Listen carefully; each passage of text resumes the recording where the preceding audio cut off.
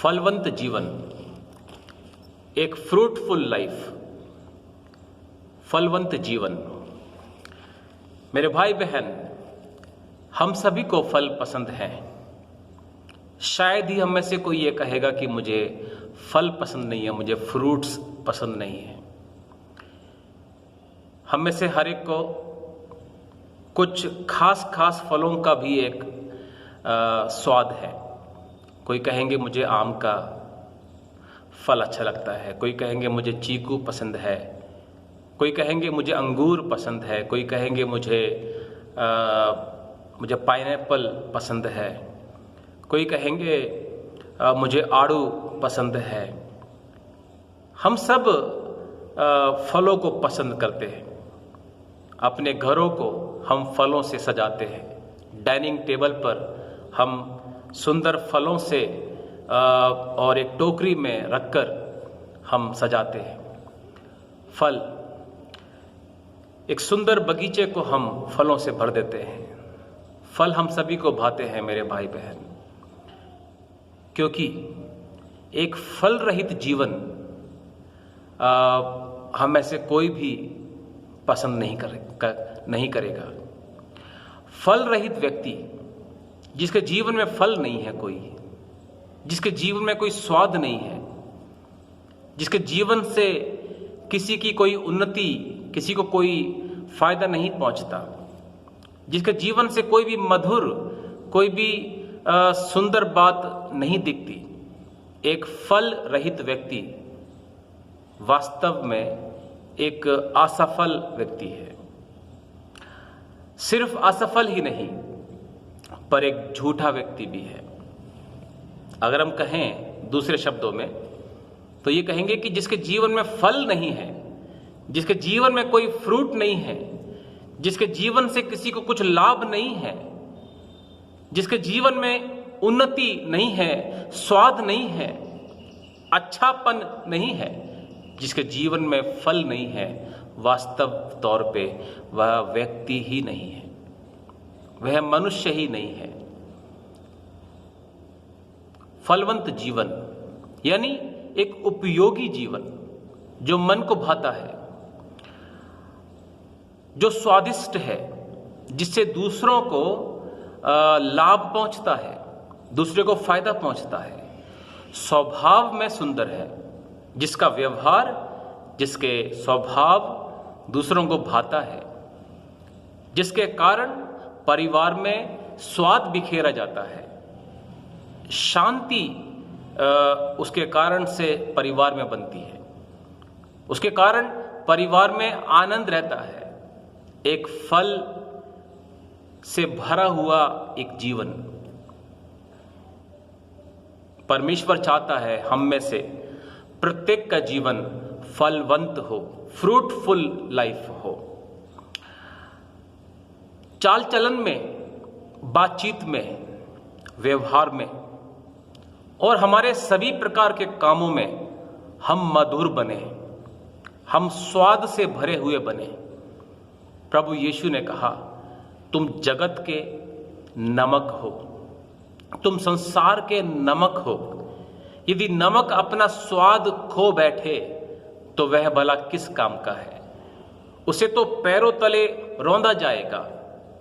परमेश्वर की इच्छा है हम फलवंत हों, हम फलों से भरे हुए जीवन बिताएं, हमारे कारण दूसरों को लाभ पहुंचे, हमारे विश्वास के कारण दूसरों के विश्वास में उन्नति हो, हमारे प्रचार कार्य के द्वारा, हमारे जीवन के द्वारा, हमारे हर एक निर्णय लेने के द्वारा, हमारे हर एक फैसले लेने के द्वारा, हमारे हर एक कदम के द्वारा संसार में परमेश्वर की महिमा हो, लोग प्रभु को जाने। यही परमेश्वर की हमारे लिए योजना है। परमेश्वर की इच्छा है कि हम फलवंत बने, हमारे जीवन में फल पैदा हो।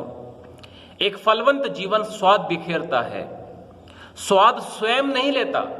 जिस प्रकार एक वृक्ष जिसमें फल लगे हैं, वह वृक्ष अपना फल स्वयं नहीं लेता, स्वयं नहीं उसको उपयोग करता, बल्कि वह फल नीचे गिरा देता है ताकि वहां आने जाने वाले लोगों को वो फल प्राप्त हो और उस फल से लोगों को स्वाद मिले, लोगों की भूख मिटे और लोगों का स्वास्थ्य अच्छा बना रहे। दूसरों को लाभ पहुंचाने वाला फल परमेश्वर ने हमें उतना ही उपयोगी बनाया है, उतना ही महत्वपूर्ण बनाया है जितना एक फल दूसरों को लाभ पहुंचाता है। मेरे भाई बहन, सवाल यहां उठता है, क्या आप और मैं फलवंत जीवन जी रहे हैं या हम स्वार्थी और एक मतलबी जीवन जी रहे हैं, या हमारे कारण दूसरों को किसी भी प्रकार का कोई लाभ नहीं हो रहा है। मेरे भाई बहन, परमेश्वर ने एक बहुत ही सुंदर फल का निर्माण किया। पवित्र शास्त्र हमें उत्पत्ति में सीखने के लिए मिलता है। परमेश्वर ने आदम हव्वा को अपने स्वरूप में बनाया, अपनी समानता में बनाया। जैसे परमेश्वर पवित्र है, मधुर है, परमेश्वर सुंदर है, परमेश्वर प्रेमी है, कृपालु है, परमेश्वर ने अपने स्वरूप, अपनी समानता में आदम हव्वा को रचा एक फल के समान, सुंदर, स्वादिष्ट और मन को भाने वाला, पवित्र। परमेश्वर ने आदम हव्वा को एक फल के जैसे, एक सुंदर फल के जैसे उनको सृजा, मगर हम देखते हैं उन्होंने गलत जगह चुनी, गलत फैसला लिया, गलत संगति में वे लोग समय बिताया, शैतान से बातें की, शैतान का कहा सुना, जिस कारण से उन्होंने अपना फल का स्वाद, अपना जीवन का स्वाद खो बैठा, पवित्रता खो बैठे वो लोग, परमेश्वर से नजदीकी खो बैठे वो लोग, परमेश्वर की उपस्थिति से वो रहित हो गए, परमेश्वर ने उनको अपने सामने से निकाल दिया। मेरे भाई बहन, क्या हम भी गलत संगति में बैठे हैं? क्या हम भी गलत फैसला लिए बैठे हैं? क्या हम भी भूल बैठे हैं कि परमेश्वर ने हमें अपने समानता में बनाया है, एक फलवंत जीवन अपने स्वरूप में बनाया है कि हम परमेश्वर की हुजूरी में सदा बने रहें, परमेश्वर की उपस्थिति में बना रहें, फलवंत बने। हम संपूर्ण पृथ्वी का रखवाला बनाया आदम हव्वा को परमेश्वर ने। कहा समस्त पृथ्वी पर तुम अधिकार रखो और सबके ऊपर तुम राज्य करो। परमेश्वर ने आदम हव्वा को एक उच्च कोटि का एक प्राणी बनाया, एक महत्वपूर्ण उन्हें मनुष्य बनाया, परंतु पाप में डूबने के कारण, परमेश्वर से दूर हो जाने के कारण वे परमेश्वर की पवित्रता, परमेश्वर के असीम आशीषों से वे वंचित हो गए और जिस सृष्टि पर उन्हें रखवाला बनाया गया था वही सृष्टि के वे अधीन हो गए, वही उसमें फंसकर रह गए।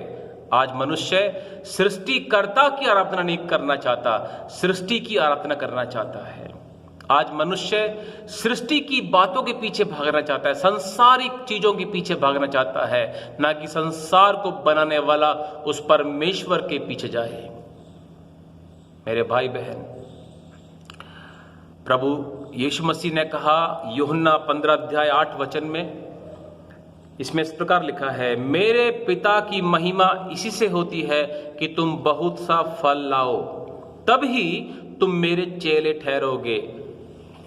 हमारे जीवन से पिता की महिमा हो, परमेश्वर की महिमा हो, इसी से हम फल लाएंगे, इसी से हम बहुत सा फल लाएंगे। प्रभु यीशु मसीह ने कहा मेरे पिता की महिमा इसी से होती है कि तुम बहुत सा फल लाओ। अगर हम फलवंत जीवन नहीं जी रहे हैं, हम पिता की महिमा नहीं कर पाएंगे, उसकी आराधना नहीं कर पाएंगे, उसकी हुजूरी में हम नहीं बैठ पाएंगे, उसकी उपस्थिति में नहीं आ पाएंगे। वचन कहता है कोई भी घृणित वस्तु जिसमें फल नहीं है, फल रहित है, बेस्वाद है, निकम्मा है, एक ऐसा वृक्ष जिस पर कोई पेड़ नहीं, वो पेड़ निकम्मा है जो फल नहीं लाता। वचन कहता है कोई भी घृणित वस्तु, कोई भी ऐसी वस्तु जो परमेश्वर की उपस्थिति से बाहर है, पाप में है, कोई भी घृणित वस्तु परमेश्वर के नजदीक, परमेश्वर के उपस्थिति में नहीं आ सकती है। हम परमेश्वर की आराधना तभी कर पाएंगे तब जब हमारे जीवन से उसके फल प्रकट हों, उसकी इच्छा पूरी हो, हम फलवंत बने। जिन्होंने यीशु मसीह को ग्रहण कर लिया है वे परमेश्वर से जन्मे हैं और वे परमेश्वर के जन बन गए हैं, परमेश्वर के बेटा बेटी बन गए हैं। उन्होंने परमेश्वर का आत्मा परमेश्वर से पाया है, पवित्र आत्मा अपने जीवन में पाया है, अर्थात पवित्र आत्मा। हमें गलतियों की पत्री उसके 5 अध्याय और उसके 22 और 23 वचन में इस प्रकार से हम पढ़ते हैं। गलतियों 5 अध्याय का 22 और 23 वचन, यहां लिखा है, पर आत्मा का फल प्रेम, आनंद, शांति, धीरज, कृपा, भलाई, विश्वास, नम्रता और संयम है। और ऐसे ऐसे कामों के विरोध में कोई भी व्यवस्था नहीं। यहां लिखा है पवित्र आत्मा के फल जिसमें प्रेम है। प्रेम जो कि हम चाहते हैं कि हमें मिले। हम चाहते हैं कि दूसरों से हमें प्रेम मिले, दूसरे हमारी फिक्र करें, दूसरे हम पर कृपालु हों, दूसरे हमारी चिंता करें, हमसे प्रेम करें। प्रेम हम चाहते हैं। अच्छा लगता है कि जब लोग हमारे फिक्र करते हैं, हमसे प्रेम करते हैं।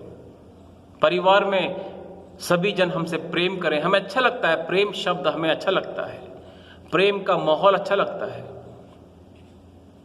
फिर आगे लिखा है आनंद। हम चाहते हैं कि जीवन में हमें दुख नहीं पर आनंद ही मिले, हमारे कामों में हमें आनंद मिले, हमारे दिनचर्या में हमें आनंद मिले। हम चाहते हैं कि हमें आनंद मिले। कोई भी नहीं कहेगा कि मुझे दुख मिले, मुझे अशांति मिले। आगे लिखा है शांति। हम चाहते हैं हमें शांति मिले। जब हम थके हुए, थके हारे और मानसिक तौर से थके हुए जब हम अपने घरों में आते हैं, हम चाहते हैं घर में शांति रहे, शांति का माहौल रहे। हम दूसरों से शांति की अपेक्षा करते हैं। आगे लिखा है धीरज। हम चाहते हैं कि लोग छोटी छोटी बातों में रूठ ना जाएं, छोटी छोटी बातों में बुरा ना मान जाएं। वे धैर्यवंत बने, दुखों में भी वे अपने आप में धीरज रखे रहें। धीरज एक अच्छे फल हैं ये, प्रेम, आनंद, शांति, धीरज। और आगे लिखा है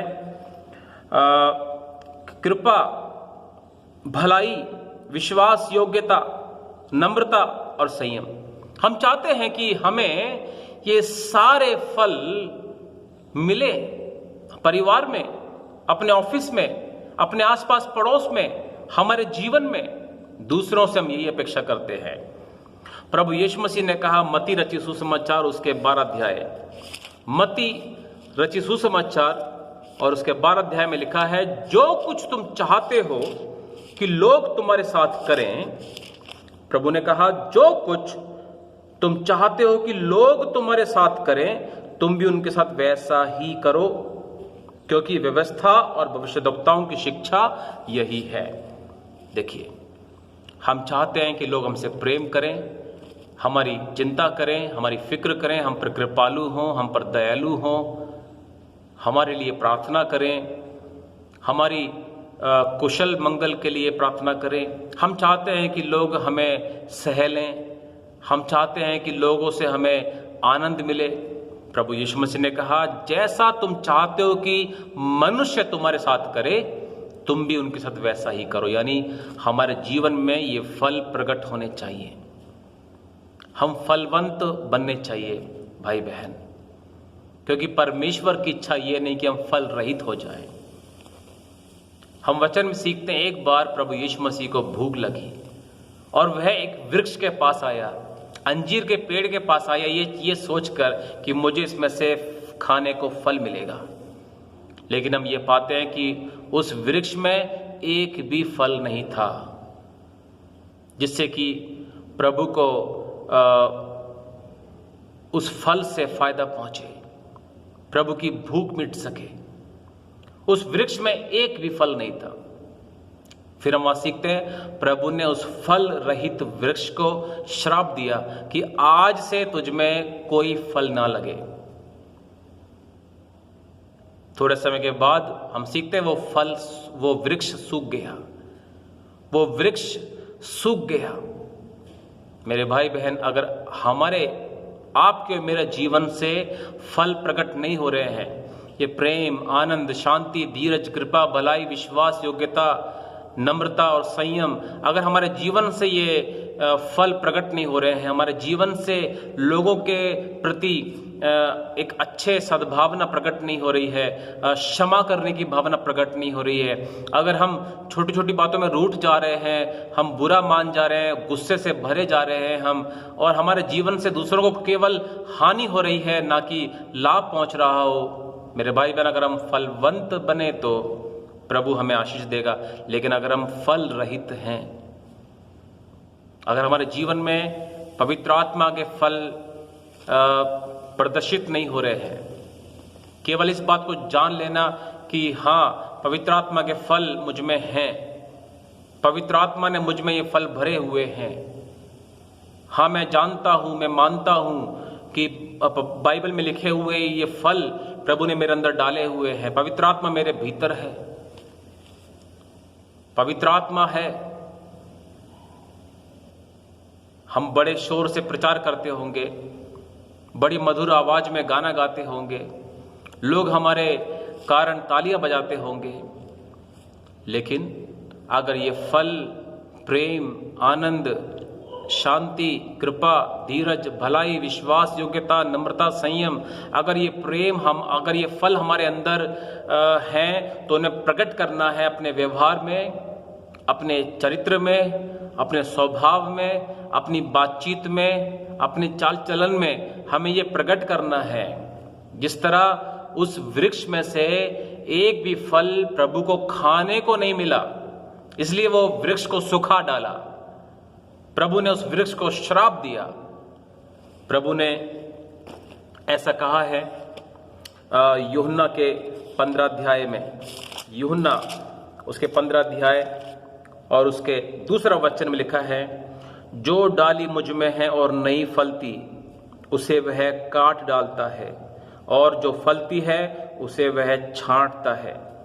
जो डाली प्रभु में है और नहीं फल रही है, उसमें फल नहीं दिख रहे हैं, उसमें अगर खाने के लिए फल नहीं है, दूसरों के लिए स्वाद नहीं है, उसमें दूसरों के लिए फायदा नहीं है उससे, तो वचन कहता है वह काट डाला जाएगा। और आगे लिखा है 6 वचन में, यदि कोई मुझ में बना ना रहे तो वह डाली के समान फेंक दिया जाता है और सूख जाता है, और लोग उन्हें बटोर कर आग में झोंक देते हैं और वे जल जाती हैं। मेरे भाई बहन, हम फलवंत बनना चाहिए। प्रभु यीशु मसीह ने पतरस को बुलाया और पतरस से कहा, पतरस उसके 4 अध्याय मत्ती रचित सुसमाचार उसके 4 अध्याय और उसके 19 वचन में इस प्रकार से लिखा है, यीशु मसीह ने उनसे कहा, मेरे पीछे चले आओ। प्रभु ने अपने चेलों को बुलाया, पतरस को बुलाया, और मत्ती, याकूब, यूहन्ना, अनेक अपने शिष्यों को बुलाया और कहा, मेरे पीछे चले आओ तो मैं तुमको मनुष्यों के पकड़ने वाले बनाऊंगा, आत्माओं को जीतने वाला बनाऊंगा।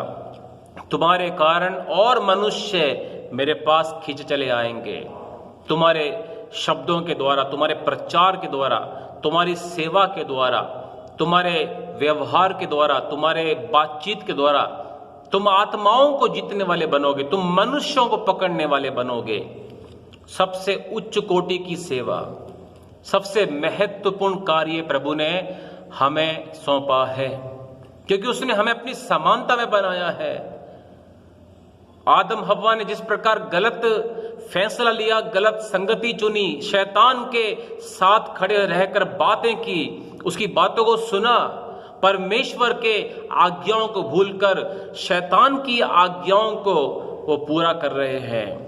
आदम हव्वा ने जिस प्रकार किया भाई बहन, हमें उसका फल, उसका रिजल्ट देखने को मिलता है। वहां पर उन्हें परमेश्वर की उपस्थिति से निकाल दिया जाता है। आज मैं और आप, जिन्हें परमेश्वर ने अपनी समानता में बनाया है, क्या हम प्रभु की आज्ञाओं में बने हुए हैं?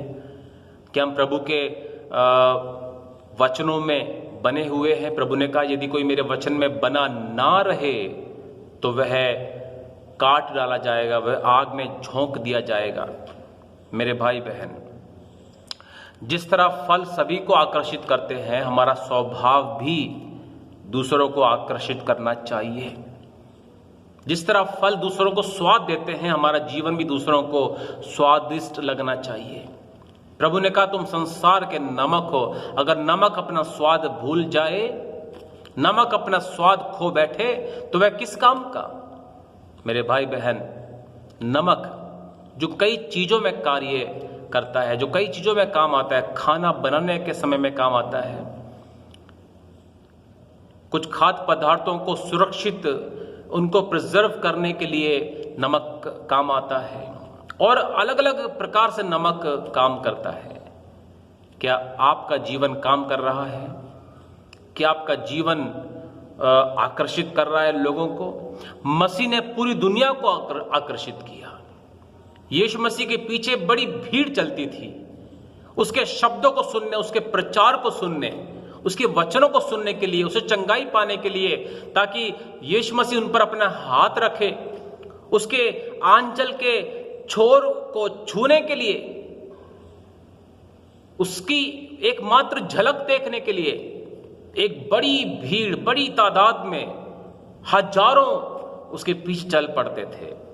जिस तरह प्रभु यीशु मसीह ने पूरी दुनिया को आकर्षित किया और क्रूस पर अपनी जान देकर, पापियों के लिए अपना लहू बहाकर प्रभु ने अपनी जान क्रूस पर दे दी, और वह हमारे पापों के लिए, वचन कहता है यशायाह 53 अध्याय में, वह हमारे पापों के लिए मारा गया।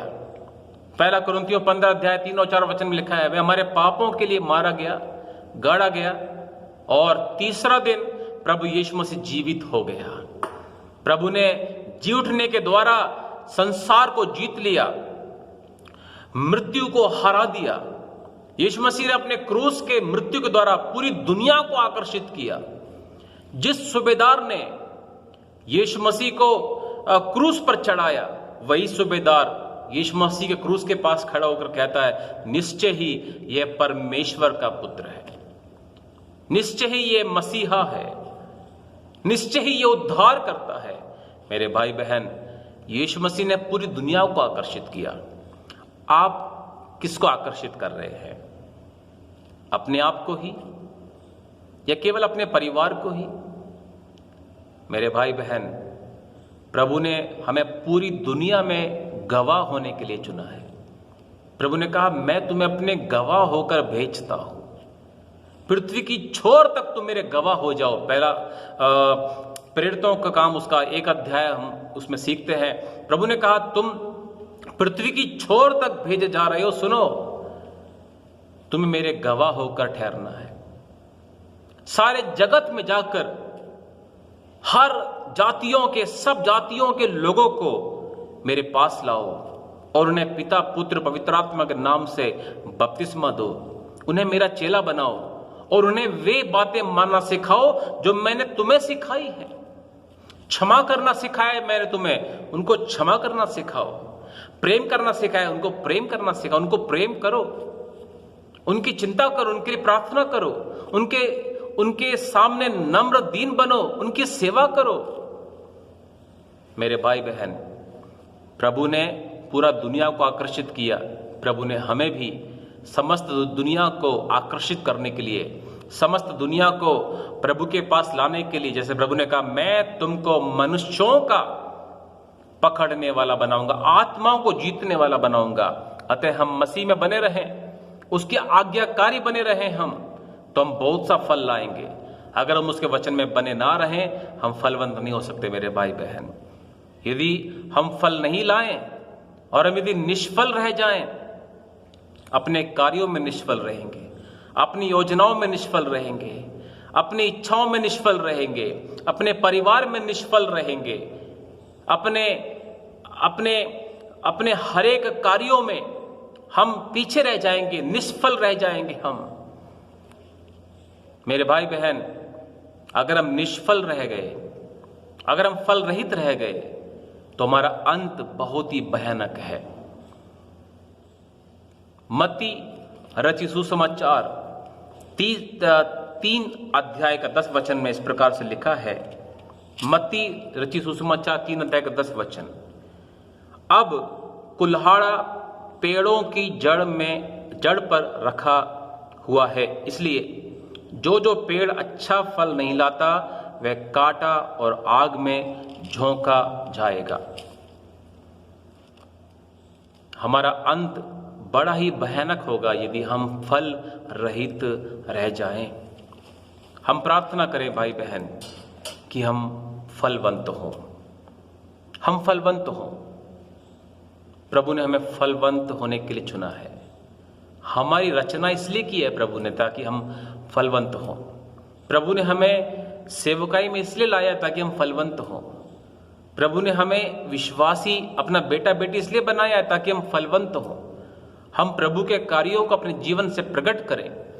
प्रभु यीशु मसीह ने यूहन्ना रचित सुसमाचार उसका 14 अध्याय उसका 12 वचन में ऐसा कहा, तुम जो मुझ पर विश्वास करते हो ये बात जान लो कि तुम मुझसे भी बड़े बड़े कार्य करोगे। प्रभु का कहने का तात्पर्य यहां पर यह था कि तुम अनेक लोगों को मेरे पास लाओगे,